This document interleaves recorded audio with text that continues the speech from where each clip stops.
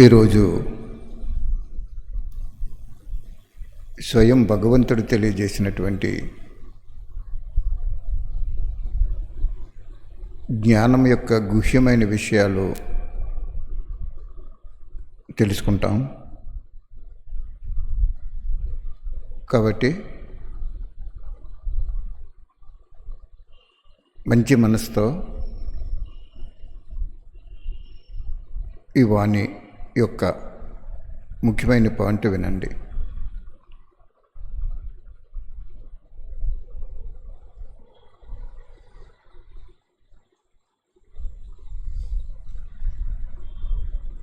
బాబా చెప్తున్నారు,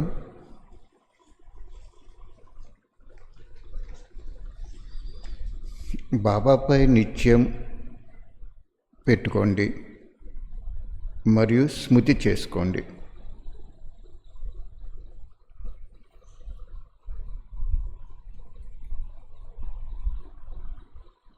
బాబా చెప్తున్నారు, ప్రతి కల్పం కూడా బాబా వారుగా అయ్యారు, మాయను కూడా జయించారు. కనుక ఇప్పుడు అదే రిపిటేషన్ అవుతుంది కాబట్టి కష్టమని భావించకండి.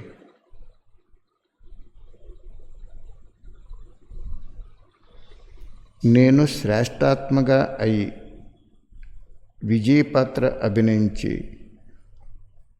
అనేకసార్లు విజయ అయ్యాను అని స్మృతి స్థితిలో ఉండండి అంటున్నారు బాబా.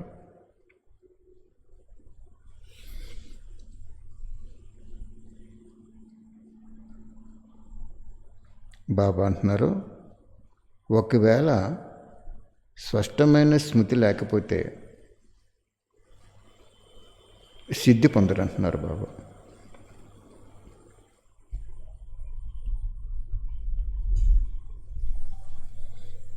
సిద్ధి పొందటానికి స్మృతి చాలా స్పష్టంగా ఉండాలంటున్నారు బాబా.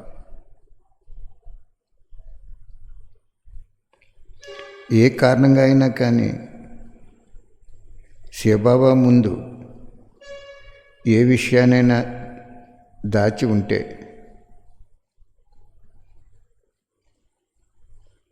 అది పశ్చాత్తాపానికి తీసుకెళ్ళిపోతుందని చెప్తున్నారు.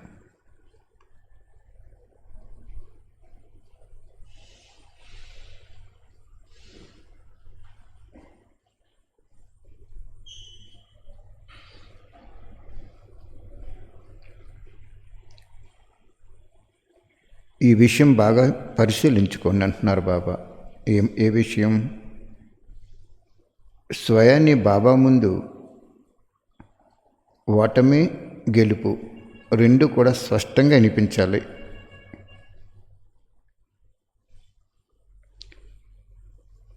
సత్యంగా వినిపించాలి. మిమ్మల్ని మీరు బాబాని ఖుషి చేస్తున్నారా? స్పష్టంగా వినిపించటంలో బాబాకి అన్నీ తెలుసు, మీరు మాత్రం స్పష్టంగా వినిపించాలి. బాబాకి ఏది తెలియదు అనుకోకండి, మీ విషయాలన్నీ కూడా బాబాకి తెలుసు అని చెప్తున్నారు బాబా. విశ్వశిక్షకుడికి మీరు శిక్షణ ఇచ్చేవారుగా అవ్వకండి. బాబా మాకు ఇలాగా జరిగింది, మీరు ఇలా చేయండి అని ఆయనకి మనం శిక్షణ ఇవ్వకూడదు అంటున్నారు బాబా. బాబాకి మీరు స్మృతి ఇప్పిస్తున్నారా? అందువలన ఇక్కడ ఒక ఈశ్వరీ నియమము లేక మర్యాదను పాలన చేయకపోతే వారు మర్యాద పురుషోత్తములుగా అవరు. బాబా చెప్తున్నారు, మీరు జీవితంలో ప్రతిరోజు కూడా ఏ విషయాల్లో ఓడిపోయారు, ఏ విషయాలు విజయం పొందారు, ఆ రెండు విషయాలు కూడా స్పష్టంగా బాబా ముందు తెలియజేయమంటున్నారు బాబా. ఎందుకంటే మీరు చెప్పకపోయినా బాబాకు తెలుసు అన్నీ రికార్డ్ అవుతాయి సూక్ష్మతంలో. కానీ మనం చెప్పటం వలన ఏదైనా మనం ఒక విఘ్నం వచ్చినప్పుడు, సపోజ్ క్రోధంలోకి వెళ్ళామనుకోండి, బాబా ఈరోజు క్రోధం వచ్చి ఓడిపోయానని చెప్పకపోతే, అలా దాస్తే అది సంస్కారం అయిపోతుందని చెప్తున్నారు బాబా. మరి బాబా చెప్పడం వలన లాభం ఏంటి? బాబా సగం క్షమించి మళ్ళీ అది రాకుండా మనకి సొల్యూషన్ ఇస్తారు బాబా. టచింగ్ ఇస్తారు. క్రోధం ఈశ్వరుడి సంపదను కాల్చేస్తుందని చెప్తారు. మనం ఎవరి మీదైనా కోపడ్డామనుకోండి, బాబా అంటున్నారు జరిగిపోయింది, మీరు బాబాకి చెప్పేయమంటున్నారు. బాబా ఇలాగా ఈ నియమాన్ని ఉల్లంఘన చేశాను అని. అలా చెప్పడం వలన మనసు చాలా ఫ్రీ అయిపోతుంది. బాబా ఆశీర్వాదాలు కూడా, ఈ బిడ్డ తప్పుగా చెప్పారు అని బాబా సగం పాపం కూడా తగ్గిపోతుంది అంటున్నారు. మళ్ళీ బాబా యొక్క ఆశీర్వాదాలు కూడా ముందుకెళ్ళే విధంగా ఉంటాయంటున్నారు బాబా.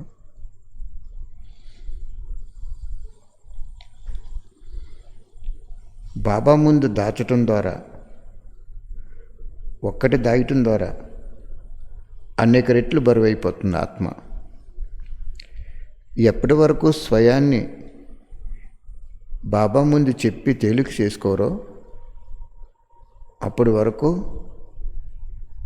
మీ మనసు తేలిక అవ్వదని చెప్తున్నారు బాబా. ఒక్క మర్యాద ఉల్లంఘన కారణంగా ఎగిరే కళ నుంచి దిగిపోతారంటున్నారు.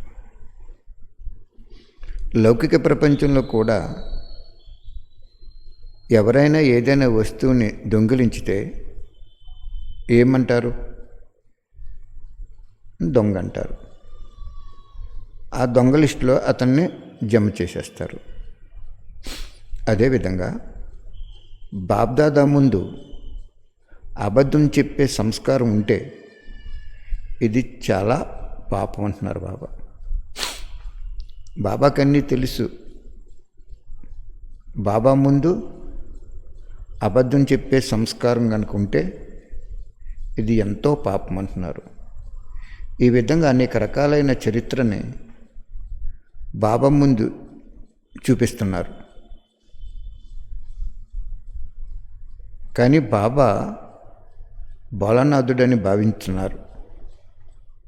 కానీ తండ్రి రూపంలో ఉన్నంత సమయం భోలానాథుడే.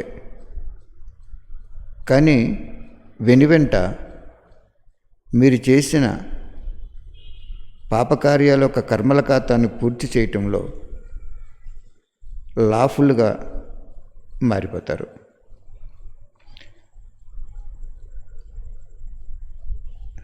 బాబా అంటున్నారు,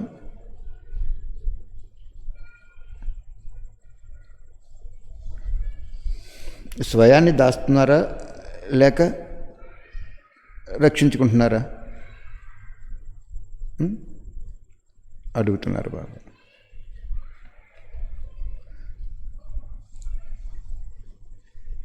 ఏవే బరువులు మనకి అంటే పాప సంస్కారాలు ఏ విధంగా ఉంటున్నాయో కూడా చెక్ చేసుకోండి ప్రతిరోజు అంటున్నారు.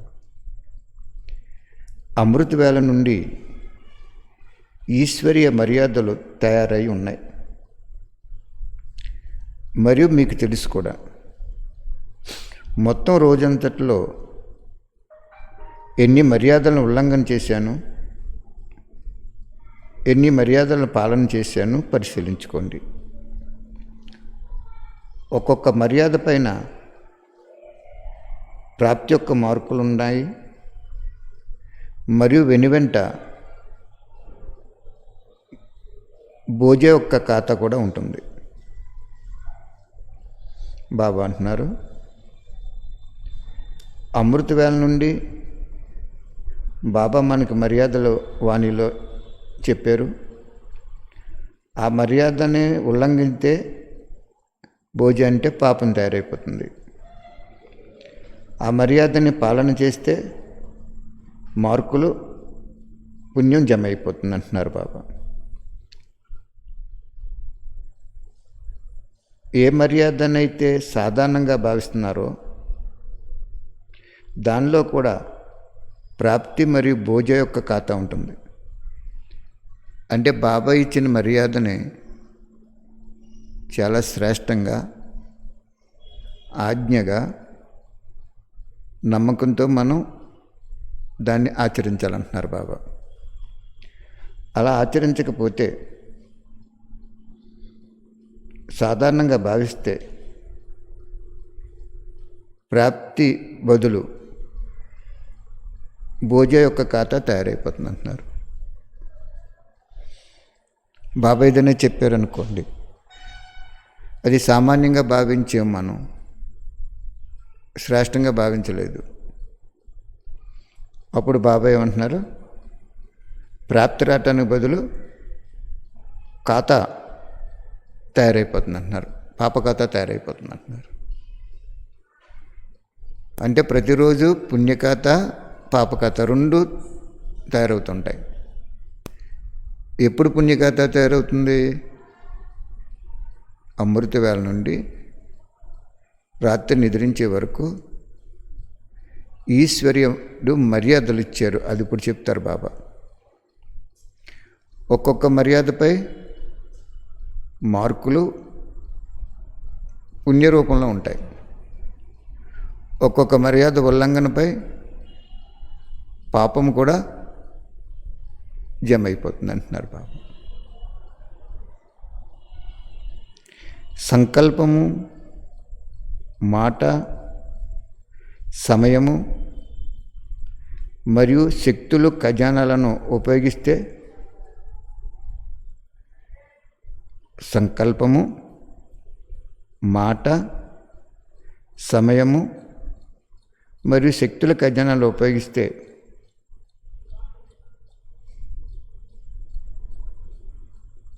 సత్యంగా ఉపయోగిస్తే పుణ్యం తయారైపోతుంది.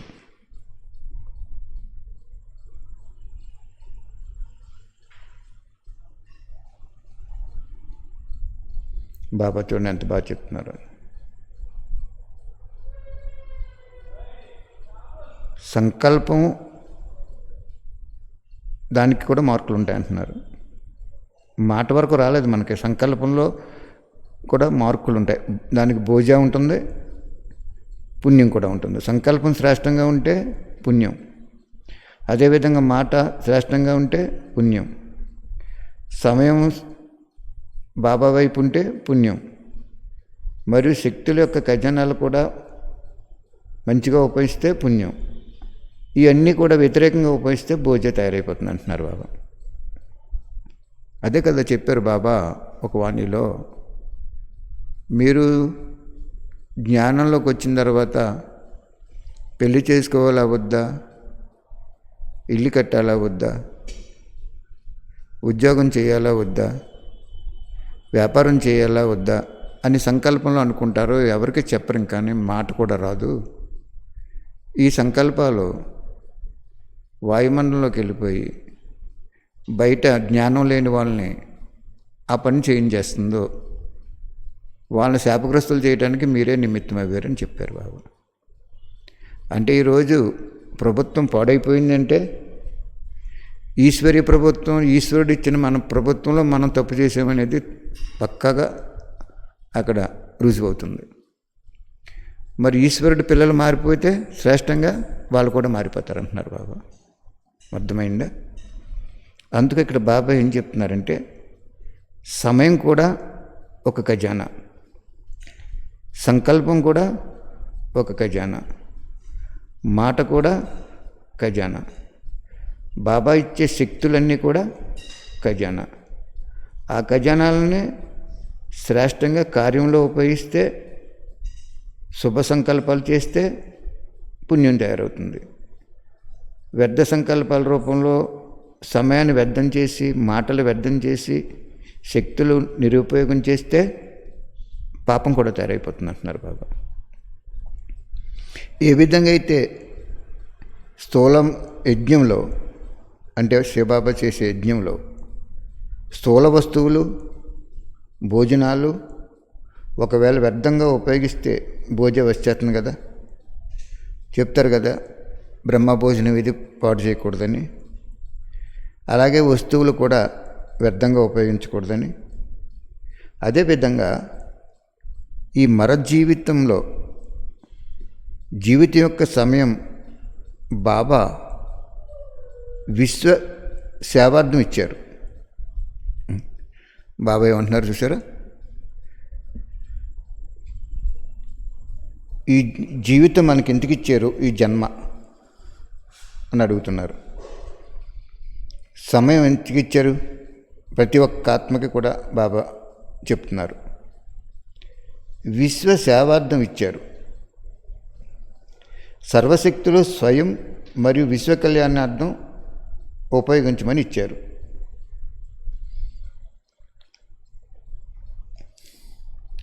మనసుని శుద్ధ సంకల్పాలు చేసేందుకు ఇచ్చారు. తనువుని విశ్వానికి కళ్యాణం కోసం ఇచ్చారు. తనువు, మనసు మరియు ధనం మీదిగా ఎందుకు భావిస్తున్నారు? బాబా అంటున్నారు, ఈ మరజీవ జన్మ మనకి బాబా ఇచ్చారు కాబట్టి ఈ సమయంలో సమయాన్ని బాబా విశ్వసేవార్థం ఇచ్చారంట. మరి విశ్వానికి సేవ చేస్తున్నాం మనం?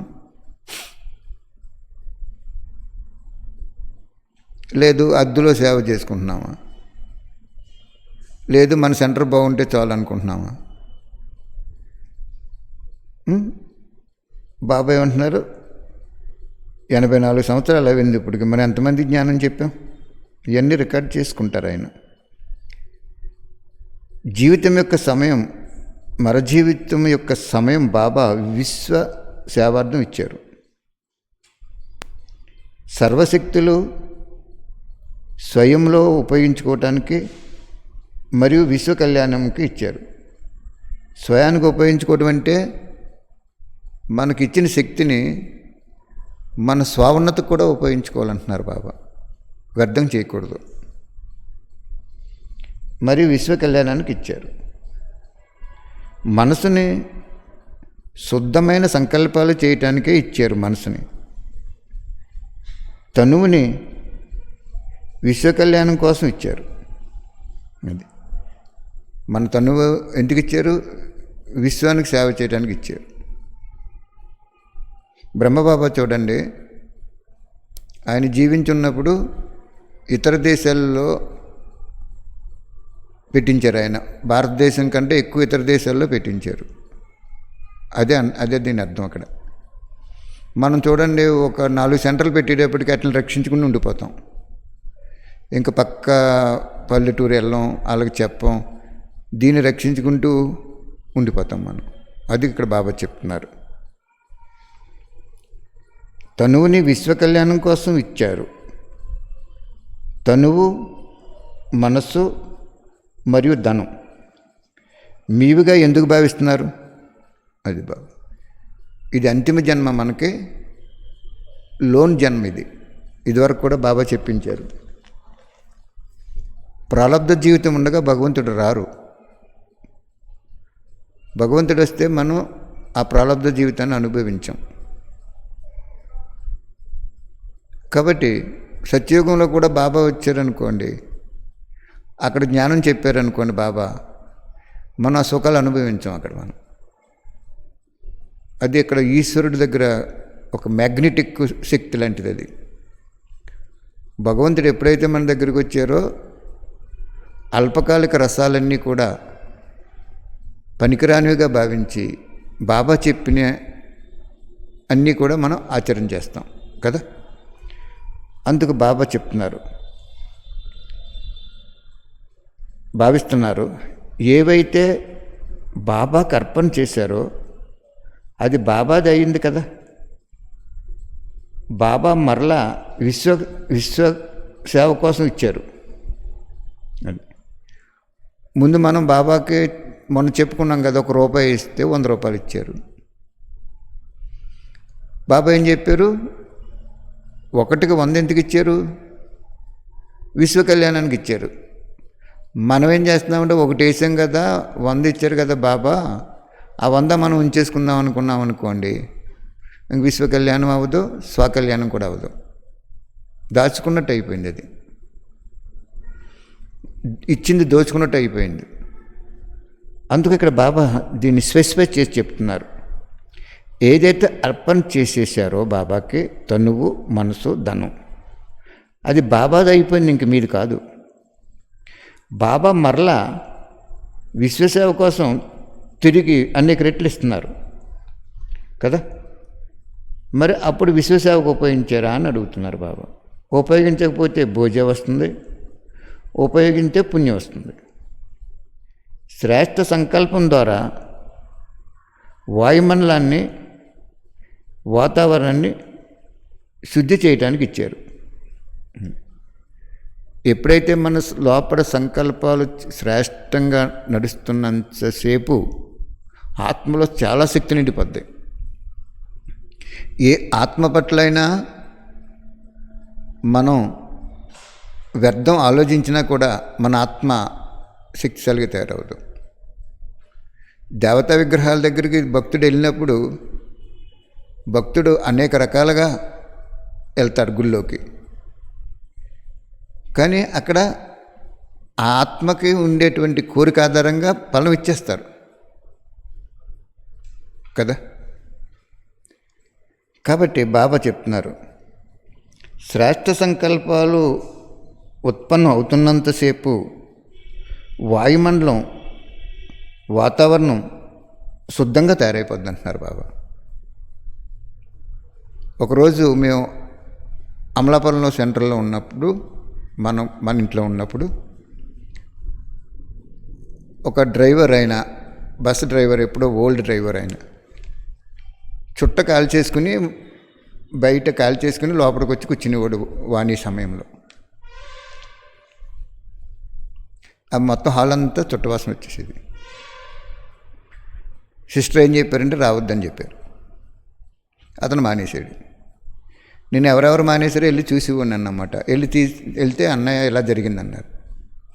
వెంటనే బాబాతో చెప్పాను నేను అక్కడ కూర్చుని, బాబా మరి ఇలా జరిగింది ఏంటంటే, వెంటనే బాబా ఏం టచింగ్ ఇచ్చారంటే నాకు, సరే అతను ఎప్పటి నుంచో చిన్నతనం నుంచి అలవాటు అయిపోయింది, ఇప్పుడు ఎలా మానేస్తారు, అతను వచ్చేటప్పుడు నోరు కడుక్కుని శుభ్రంగా ఒక స్వీట్ వేసుకుని వచ్చేయమన్నారు బాబా.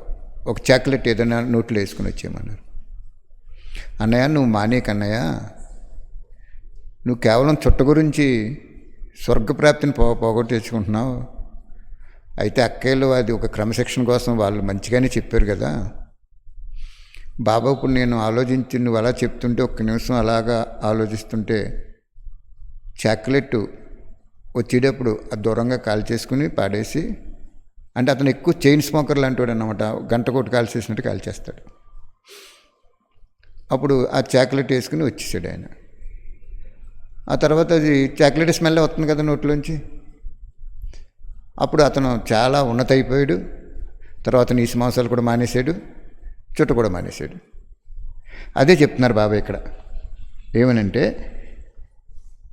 మనం శ్రేష్ఠ సంకల్పం చేయాలి. ఏ ఆత్మను చూసినా శ్రేష్ఠ సంకల్పం కాకుండా ఇతను పనికిరాని వాడని ఎప్పుడైతే చూడని బాబా పిల్లలు ఒక సెంటర్గా పడట్లేదు, ఒకరికొకరికి పట్టలేదు, ఈర్ష్య, పగ, ద్వేషాలు ఎక్కువైపోయినాయి ఇప్పటికీ కూడా. మరి అది శుద్ధ సంకల్పం కాదు కదా. అది వాయుమండలాన్ని పాడు చేసేస్తుంది, వాతావరణాన్ని కూడా పాడు చేసేస్తుంది. ఆత్మను స్వయం నుంచి కూడా శ్రేష్ఠ స్థితి నుంచి కూడా వంచితం చేసేస్తుంది. అదే చెప్తున్నారు బాబా ఇక్కడ. బాబా మరలా తిరిగి నీకు తనువు, మనసు, ధనం నీదని ఇచ్చావు. బాబా తిరిగి మళ్ళీ అది అనేక రెట్లు చేసి ఇచ్చారు.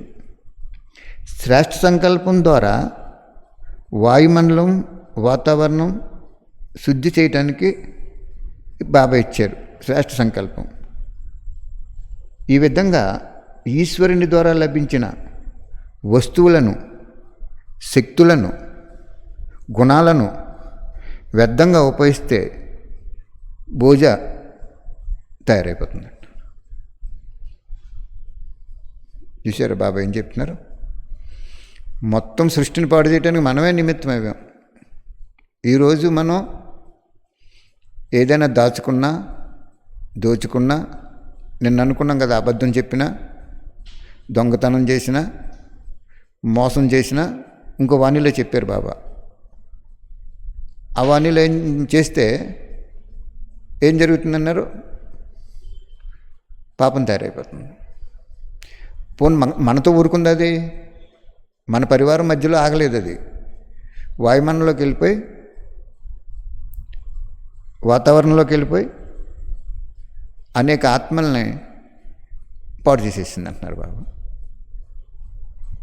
చూడండి, యజమాని, ఇంట్లో యజమాని తండ్రి పిల్లలు ఎదురకుండా డ్రింక్ చేసి ఆ టేబుల్ మీద పెట్టుకుని వాళ్ళని కూడా కూర్చోబెట్టుకుని ఏమైనా కవులు చెప్పి సిగరెట్లు అవి కాల్చి రకరకాలుగా యాక్ట్ చేసినప్పుడు కొన్నాళ్ళకి వీళ్ళకి కూడా వచ్చేస్తుంది ఆటోమేటిక్గా. అదేవిధంగా బాబా అక్కడ మంచి పాయింట్, చాలా సూపర్ఫిషియల్ పాయింట్ చెప్తున్నారు బాబా. చాలా సూపర్ ఇది. వాయుమండలాన్ని, వాతావరణాన్ని శుద్ధం చేయటానికి మీకు మనసు ఇచ్చారు. ఆ మనసు శ్రేష్ఠ సంకల్పాలు, నిరంతరము శ్రేష్ఠ సంకల్పాలు చేస్తూ ఉండాలి. ఈ విధంగా ఈశ్వరుని ద్వారా లభించినటువంటి వస్తువులు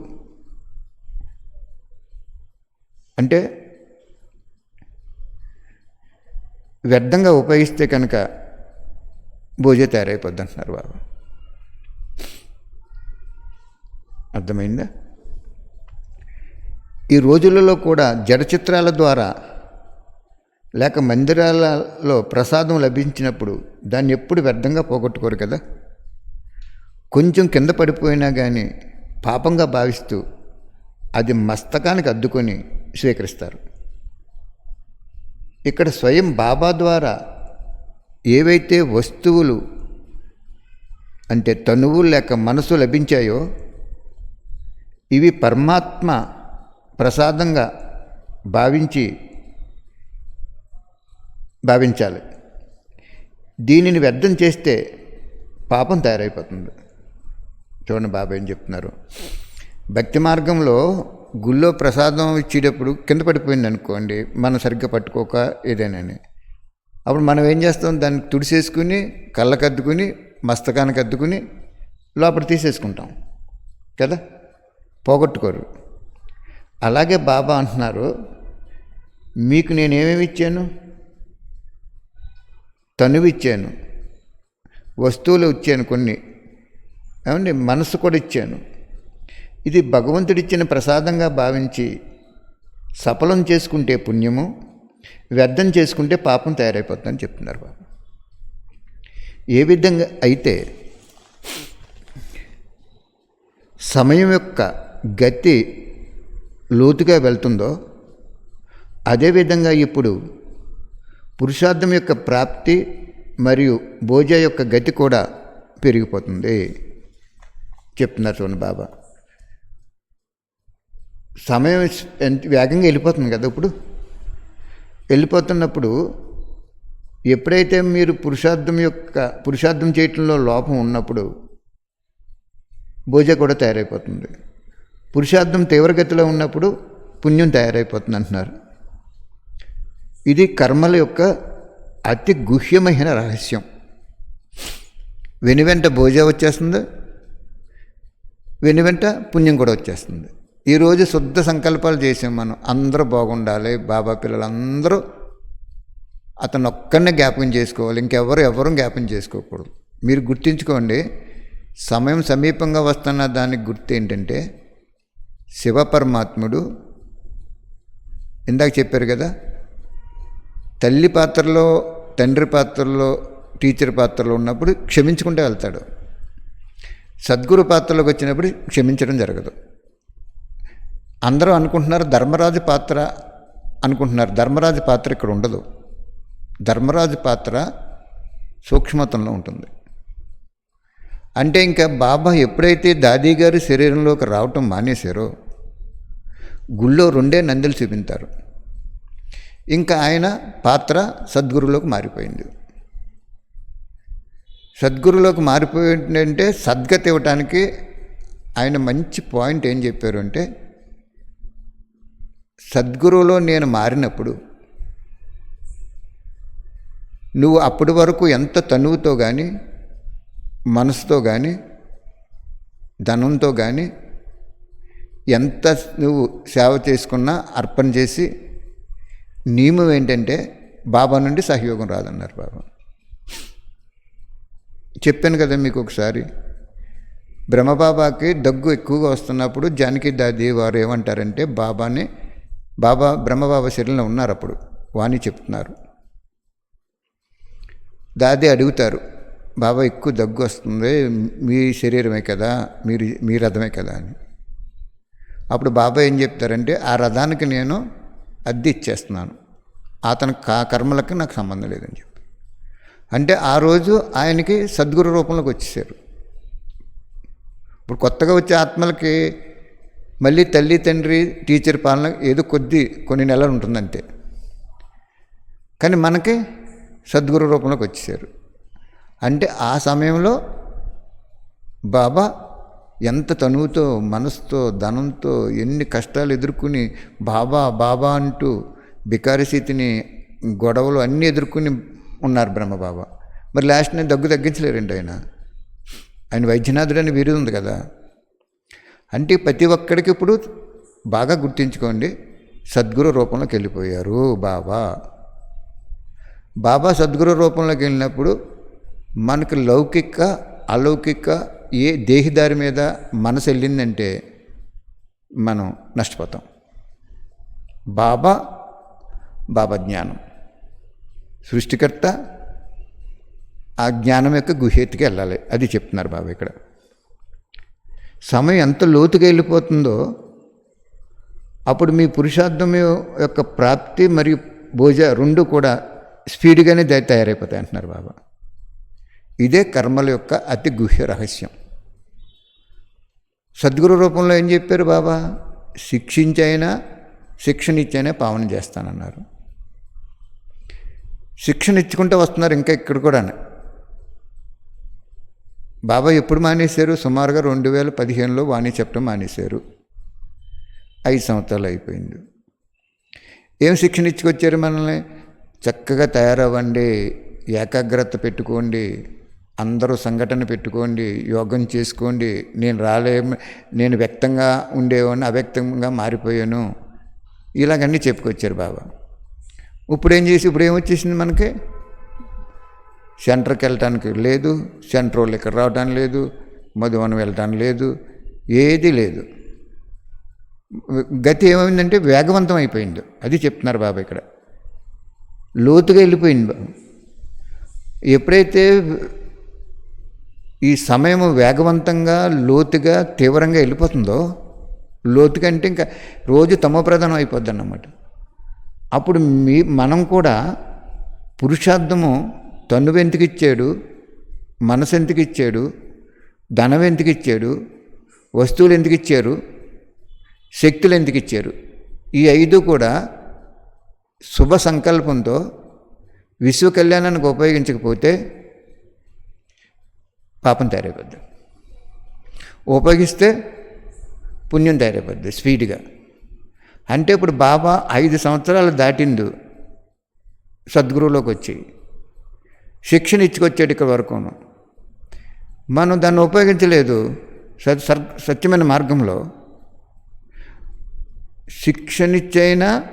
శిక్షించైనా పావనం చేస్తానన్నాడు. జాగ్రత్తగా అర్థం చేసుకోండి ఇక్కడ పాయింట్. సద్గురు పోస్ట్లో కూడా 2 విభిన్నమైనటువంటి శక్తులు ఉన్నాయి బాబా దగ్గర. శిక్షణ ఇస్తారు, దానికి ఆపోజిట్ శిక్షించైనా పావనం చేసేస్తారు. అంటే ఇప్పుడు శిక్షించడానికి స్టేజ్కి వచ్చేసారు బాబా శిక్షించే స్టేజ్కి రాకపోతే ఎక్కడికక్కడికి అన్నీ లాక్ చేస్తారు కదా. తన యజ్ఞానికి సంబంధించిన సెంటర్స్ ఏంటి, మధువనం ఏంటి, చిన్న గీతా పాఠశాలలు ఏంటి, బాబా పిల్లలు ఇంట్లో ఉన్నా ఎక్కడున్నా ఏమైపోయిందో శిక్షించే స్టేజ్కి వచ్చేసింది. ఇప్పుడు చాలా జాగ్రత్తగా ఉండాలంటున్నారు బాబా. కొంచెం టైము మనం జాగ్రత్తగా, ఎలాగైతే సమయము లోతుగా వెళ్ళిపోతుందో, గుహ్యంగా వెళ్ళిపోతుందో, వేగవంతంగా వెళ్ళిపోతుందో, అలాగే మీ పురుషార్థం కూడా తనువు మనసు. తనువు ఎందుకు ఇచ్చాడు చెప్పారు కదా బాబా, విశ్వ కళ్యాణం కోసం. మనసు ఎందుకు ఇచ్చారు, నిరంతరము శుభ సంకల్పాలు చేయమంటున్నారు. తనువు మనసు ధనం ఎందుకు ఇచ్చారు, విశ్వ కళ్యాణం కోసం ఇచ్చారు. ఈరోజు ఒక నెట్లో చదివితే ఒక ఆటో డ్రైవరు పెళ్లి చేసుకోవడం కోసం 2 లక్షలు దాచుకున్నాడు ఆయన. చెప్తున్నారు అందులో. ఆ పెళ్ళి కుదిరిపోయింది, వాళ్ళకి ఇన్ఫామ్ చేసి కొద్ది తర్వాత చేసుకుంటానని చెప్పేసి ఆ 2 లక్షలు కూడా ఈ వలస వచ్చే వాళ్ళకి భోజనాలకి దానికి ఖర్చు పెట్టేస్తున్నారు. నిజంగా చెప్పాలంటే ఆ వలస కూలీలకి గవర్నమెంట్ పెట్టాలి. గవర్నమెంట్ కూడా చాలామంది ఇచ్చారు, కానీ వీళ్ళు దీనికి చేస్తున్నారు. మరి మనం ఎన్ని సంవత్సరాల జ్ఞానంలో ఉన్నాం, ఎంతమందికి మనం జ్ఞానం ఇచ్చాం వ్యక్తిగతంగా, ఇవన్నీ లెక్కలోకి వచ్చేస్తాయి. ఎంత శుభ సంకల్పం చేసాం. ఇప్పుడు నాకైతే నా వరకు అయితే మొత్తం ప్రతి గ్రామంలో ఒక పుస్తకం ఇచ్చేస్తే చాలు భగవంతుడు వచ్చాడని. ఆ శుభ సంకల్పం నాకు నిద్రపోతున్నప్పుడు కూడా ఉంటుంది. అదే చెప్తున్నారు బాబా ఇక్కడ. కనీసం నువ్వు చేయకపోయినా సంకల్పమైనా శుభం చేయి, శుభ సంకల్పం చేయి. వ్యర్థ సంకల్పం చేస్తే వాయుమండలాన్ని వాతావరణాన్ని పాడు చేసేస్తుంది. ఆ శుభ సంకల్పం చేసినప్పుడు ఏమవుతుంది, ఎవరొకరి ద్వారా బాబా చేయించేస్తారు. అర్థమైందా? బాబా చాలా బాగా చెప్తున్నారు చూడండి. ఈరోజు మనస సేవ బదులు వాణి చెప్పమన్నారు బాబా, అందుకు చెప్తున్నాను. ఇప్పుడు పురుషార్థం యొక్క ప్రాప్తి మరియు భోజ యొక్క గతి కూడా చాలా వేగవంతంగా వెళ్ళిపోతుంది. దీన్ని అంటారు కర్మల యొక్క అతి గుహ్య రహస్యము.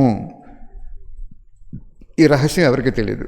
కనుక ఈరోజు కర్మల గుహ్యగతి వినిపించాను, దీని ద్వారా సద్గతి పొందగలరు. ఇప్పుడు అర్థమైందా? మార్గం సమీపంగా వస్తున్న దానికి గుర్తులు అర్థమైందా అడుగుతున్నారు బాబా. ఆయన చెప్పేసారు చూసారా, సద్గతి పొందటానికి మార్గం చూపించాను అంటున్నారు బాబా. బాబ్దాదికి కూడా చాలా దయ వస్తుంది, అందరినీ ఇప్పటి నుండి సంపూర్ణంగా చేయాలి అని. కానీ రచయిత కూడా మర్యాదలో లేక ఈశ్వరీయ నియమాల్లో బంధింపబడి ఉన్నారు. బాబా చెప్తున్నట్టు ప్రతి ఒక్కరిని కూడా సంపూర్ణంగా చేయాలని భగవంతుడికి శ్రేష్ఠ సంకల్పం ఉంటుంది అంటున్నారు బాబా. కానీ బాబా ఏమంటున్నారంటే కొంతమంది తయారవుతున్నారు, కొంతమంది తయారవట్లేదు. తయారవ్వకపోయినా ఆయనకి అసహించుకోవట్లేదు, తయారైపోయారని చెప్పేసి సంతోషించట్లేదు. ఆయన ఎప్పుడు బ్యాలెన్స్గా ఉంటారు ఆయన. అందుకు ఇక్కడ బాబా ఏమంటున్నారంటే చాలా బాగా చెప్తున్నారు చూడండి. రచయిత కూడా మర్యాదలు లేక ఈశ్వరీ నియమాల్లో బంధింపబడి ఉన్నారు. ఏంటా నియమం ఆలోచించండి. బాబా ఒక నియమంలో కూడా ఆయన కూడా ఆ శాసనంలో బందీ అయిపోయాడు అంటున్నారు. ఏంటంటే బాబా కూడా ఒక మర్యాదను ఉల్లంఘించరు. ఏంటది మర్యాద? ఎవరు చేస్తే వారే పొందుతారు. ఈ మర్యాద బాబా కూడా పూర్తి చేస్తున్నారు. కానీ ధైర్యం ఉంటే మాత్రం సహయోగం చేస్తాను అంటున్నారు బాబా. చూసారా బాబా అని చెప్తున్నారు. ప్రతి బిడ్డ కూడా సంపూర్ణంగా తయారవ్వాలని బాబాకి సంకల్పం ఉంది. కానీ బాబా ఏమంటున్నారు ఇక్కడ, తయారైతే మీకే మంచిది. అది ఏ నియమంలో ఉండిపోయారు ఆయన? నేను చెప్పాను చేయలేదు అని ఆయనకి క్రోధం కానీ, చెప్పాను చేశారని ఒక ఎక్స్ట్రాడినరీ ఆనందం కానీ ఏమి ఉండదు ఆయనకి. ఈక్వల్ బ్యాలెన్స్, అతీతంగా ఉంటారు, అతి ప్రియంగా ఉంటారు బాబా. అందుకే బాబా ఏమంటారు, లాస్ట్ 33 కోట్లలో లాస్ట్ ఆత్మ కూడా నాకు చాలా ఇష్టం అని చెప్తారు బాబా. ఎందుకు ఇష్టమైంది ఆయనకి? నన్ను గ్రహించారు అంతే. నన్ను గ్రహించారు, అది ఇష్టం ఆయనకి. పురుషార్థం చేశారా, నియమాలు పాటించారా, ఏం చేశారు, అది వాళ్ళ జీవితం రేఖది, జీవితం వాళ్ళు గీసుకునే రేఖది. ఈయన మర్యాద ఏంటి, నా బిడ్డ వేడు, నేను ఆ బిడ్డనే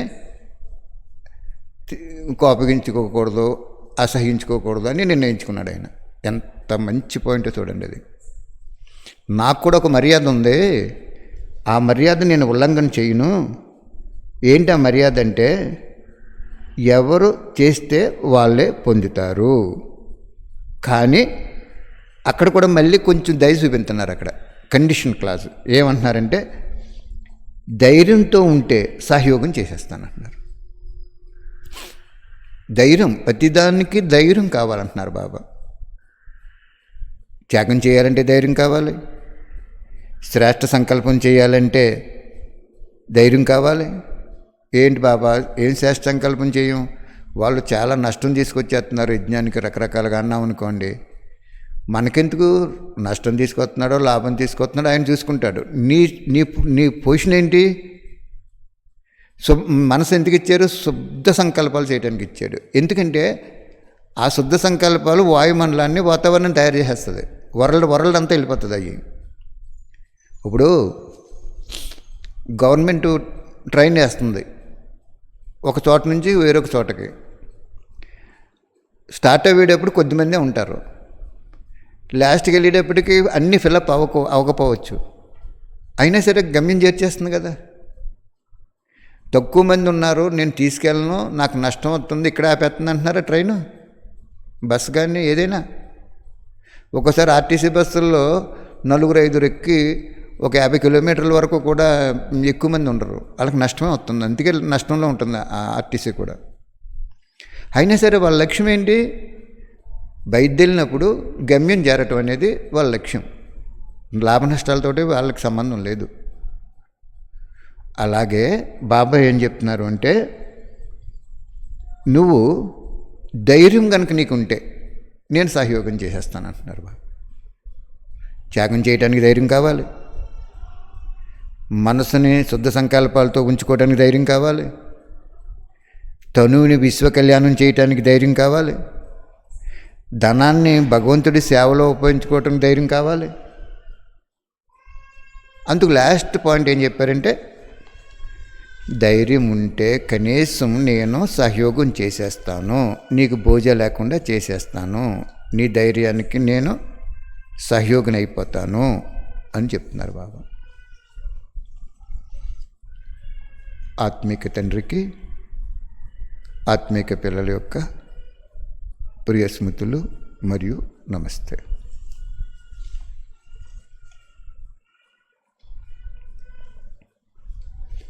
మొత్తం వాణి సారం ఏంటంటే, ఈశ్వరుడు మర్యాదలు ఇచ్చారు మనకి అమృత వేళ నుంచి రాత్రి నిద్రించే వరకు. ఆ మర్యాదల్ని శ్రేష్టంగా భావించి పాటిస్తే మహాపుణ్యం తయారైపోద్ది.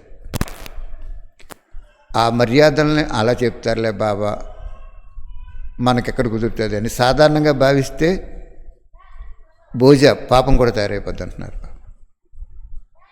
కత్తికి 2 ఏపుల పదును ఉందనుకోండి, మనం పిడెట్టుకుని కొయ్యాలి, పిడి పట్టుకోవడం బదులు పైన నొక్కామనుకోండి, పై మన వేలు కట్ అయిపోద్ది, కింద పండు కూడా కట్ అయిపోద్ది. అంచేత భగవంతుడు చెప్పే ప్రతి దాంట్లో ఆజ్ఞని పాటింటే పుణ్యం, అవాజ్ఞగా తీసుకుంటే పాపం కూడా తయారైపోద్ది. అంటే బాబా జ్ఞానంలోకి వచ్చిన తర్వాత మనం పాపాన్ని తయారు చేసుకోవడానికి కూడా నిమిత్తం అయిపోతుంటాం తెలియకుండానే. బాబా ఏమంటారు, జ్ఞానంలో భయంకరమైన వాళ్ళు ఎవరో అంటే లోపల ఒకటి ఉండి బయట ఒకటి మాట్లాడేవాళ్ళు భయంకరమైన వాళ్ళు అని చెప్తారు బాబా. అలాగే ఆయన ఏమంటున్నారు, నీకు మనసుని శుద్ధ సంకల్పాలు చేయటానికి ఇచ్చాను, సమయాన్ని విశ్వ కళ్యాణానికి ఉపయోగించడానికి ఇచ్చాను, తనువుని విశ్వ కళ్యాణానికి ఉపయోగించడానికి ఇచ్చాను, ధనాన్ని విశ్వ కళ్యాణానికి ఉపయోగించడానికి ఇచ్చాను. అన్నీ విశ్వ కళ్యాణమే, అంతేగాని సెంటర్ కళ్యాణం లేకపోతే ఈ 4 సెంటర్ల కళ్యాణం ఈ 4 ఊర్ల కళ్యాణం అని కాదు, విశ్వ కళ్యాణానికి ఇచ్చాను అంటున్నారు బాబా. ఆ నియమాలు ఉల్లంఘన చేయొద్దు అంటున్నారు. ఒకవేళ ఉల్లంఘన చేసినా కూడా నేనేమి చేయలేను, నిన్నేమి అన్న, నేను నువ్వు ఉల్లంఘన చేసినా కూడా నేను నిన్ను క్షమిస్తాను, కానీ నష్టపోయేది నువ్వే అని అంటున్నారు బాబా. చేస్తే పొందుతావు, చేయకపోతే నష్టపోతావు. నేను కూడా ఒక మర్యాదలో బందీ అయిపోయిన అంటున్నాడు. ఎంత మంచిగా చెప్పారు చూడండి. మరి నేనేం చేయను పిల్లలు, నేను కూడా మిమ్మల్ని ఏం అంటలేదు, నేను అనకూడదు కూడా, నేను మీరు బాధపడతారు, కానీ నేను ఏం చేయను, నేను ఎవరు చేసుకుంటే వాళ్ళే పొందుతారని మాట్లాడకుండా నేను ఊరుకుంటున్నాను. కానీ ఇంకొక ఛాన్స్ ఇస్తున్నాను, నీకు ఏదైనా కష్టం వచ్చినప్పుడు బాబాతో చెప్పి మనసుతో విప్పి ధైర్యంగా నువ్వు ఉంటే నేను సహయోగం చేసేస్తాను అంటున్నారు బాబా. అర్థమైందా? Thank you Baba, thank you very much.